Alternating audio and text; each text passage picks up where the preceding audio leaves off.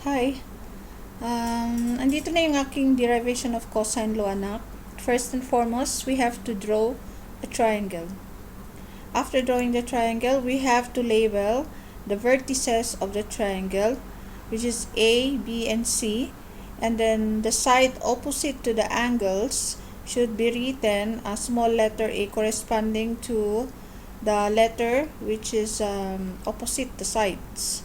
Let's say, for example, etong angle A, ang opposite side ng angle A is written as small letter A, and then itong angle C ay small letter C, and likewise B also is written as side small letter B.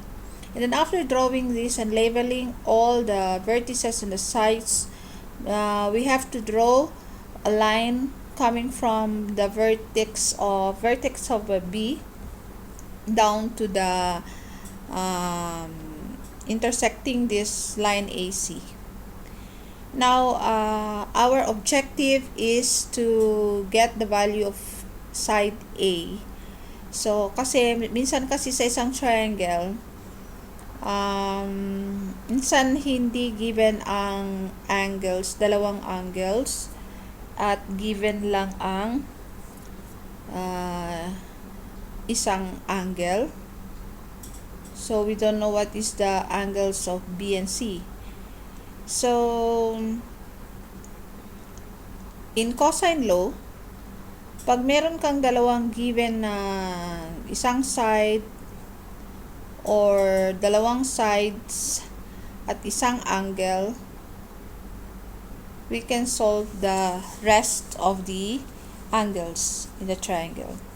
Now, I drew a free body diagram of this line separating the one triangle, and this triangle I name it as ADB or ABD, and CDB or CBD, and the length of this side is equals to x, while the other one is b minus x. Why by b minus x? It's because this side AC is measured to be B.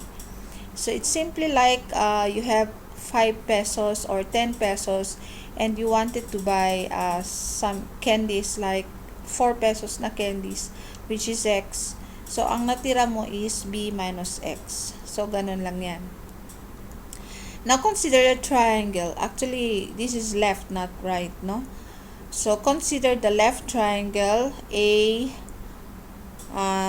ADB. Now, using the angle A, we wanted to get the cosine function of A. Cosine is defined to be as cosine adjacent divided by the hypotenuse. So in this drawing, we have angle A and the adjacent side is X and the hypotenuse is C.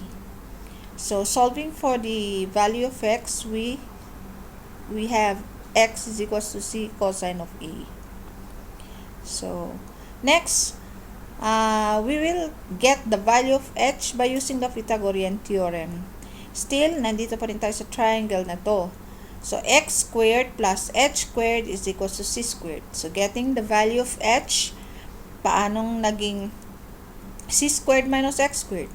Kasi itong x squared na to ay nilagay natin sa kabila.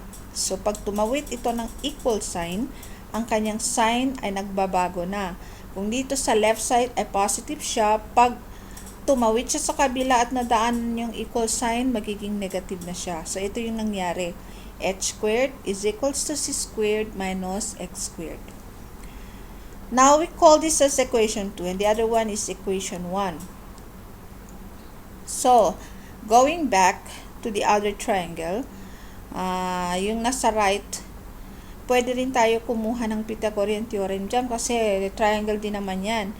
And we both know that they have common side which is h.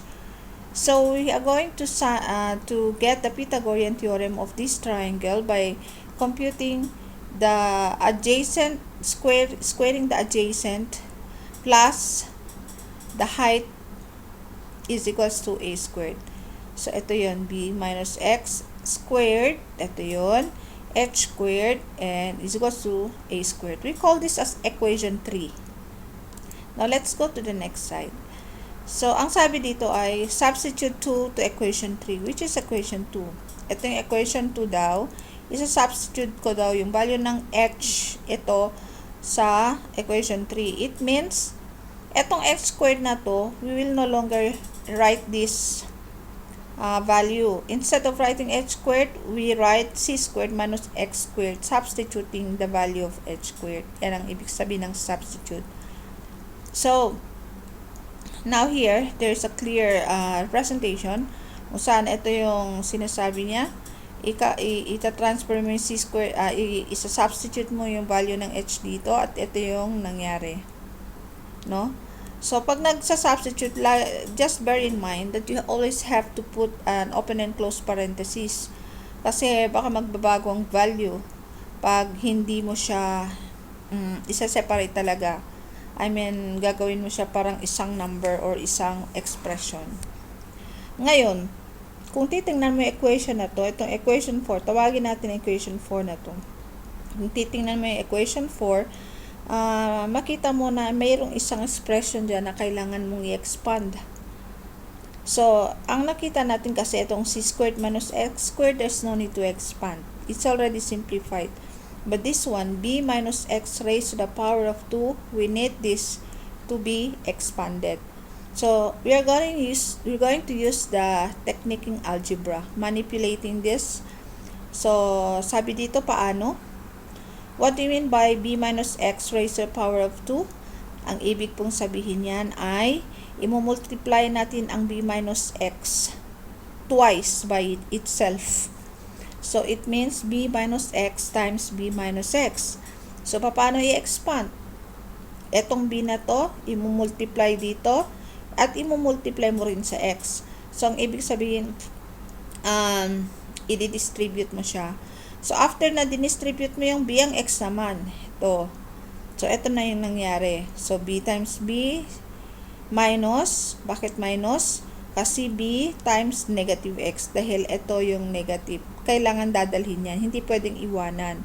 So, kung ano aman ang sign ng bawat isa, kailangan nire-respeto yan.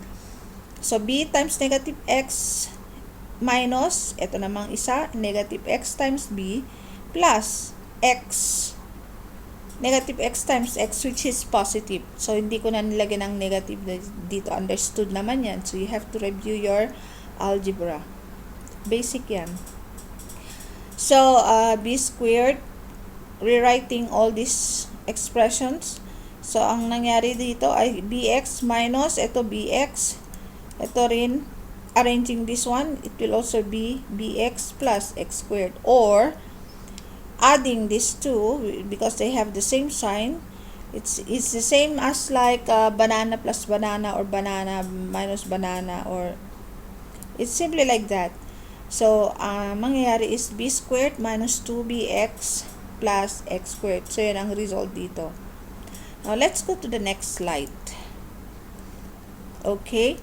Now, we have known about this expression from the other slides. Ito yun. B squared minus 2bx x squared. Ngayon,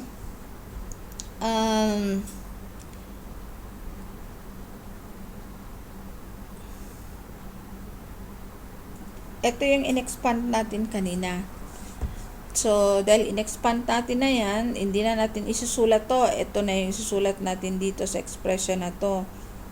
Sa equation. So, b squared minus 2bx plus x squared, open and close parenthesis, plus, susulat mo ulit yung h, plus, r equals to a squared. So, from equation 2, let's go to equation 2. Equation 2 is the value of h squared. H squared is equals to c squared minus x squared. Balikan natin ulit. So, ang sinasabi rito, ang value doon ng x squared ay isa-substitute mo na ang pinanggalingan nito ay doon sa equation 2. Para bang sa ulam, hinahanda mo yung mga mga sangkap mo dahil gagamitin mo later on. So, kinuha na natin yung isang sangkap na yan na nagmula sa equation 2. So, ito yung value ng x squared mo. Instead of writing x squared, we write as c squared minus x squared. So rewriting, we get this expression, or we get this equation. So b minus 2bx plus x squared, open and close parenthesis, plus, which is the value of h, c squared minus x squared, open close parenthesis, is equals to a squared. At this point, pwede mo nang tanggalin ang parenthesis. Kasi hindi naman ito negative, so it will not affect the sets dito sa loob ng set na to. Okay? Now, after taking out the parentheses, we have to combine all the same variables. So, we have seen variables which are the same but with different signs. Ito yung x squared minus x squared plus x squared. So, we simply cancel it because it's negative and positive. It's simply like 1 minus 1. It is equals to 0. So, inequate natin tong negative x squared and positive x squared into 0. And then, we arrive at equation 5. Wherein, rewriting this equation, we get b squared minus 2bx plus c squared equals to a squared. Now, we have this in mind already, equation 5. Ngayon, ang sabi dito, dahil ang x, kailangan mong tanggalin yan. So, may value yan eh. Sabi dito, substitute equation 1 to equation 5. Saan ba equation 1? Okay, this is equation 1, wherein x is equals to c cosine a. Going back, so kunin natin ito at ilalagay natin dito sa x para mapalitan yung value niya, para wala na, matanggal na yung x. Sila-sila na lang. So, substituting x, we get b squared minus 2bc, open and close parenthesis, c cosine a plus c squared is equals to a squared. Rearranging, there you go, the derivation of cosine law. So, kung saan, pag nire-write mo, ang mangyayari, a squared is equals to b squared plus c squared minus 2bc cosine of a. You should always remember that whatever sign you're trying to search to solve for, the cosine should always be the opposite side of this small letter a. So, kung small letter a siya rito, malaking a din yung cosine mo. Now, for other sides, actually, if you wanted to solve for the value of c,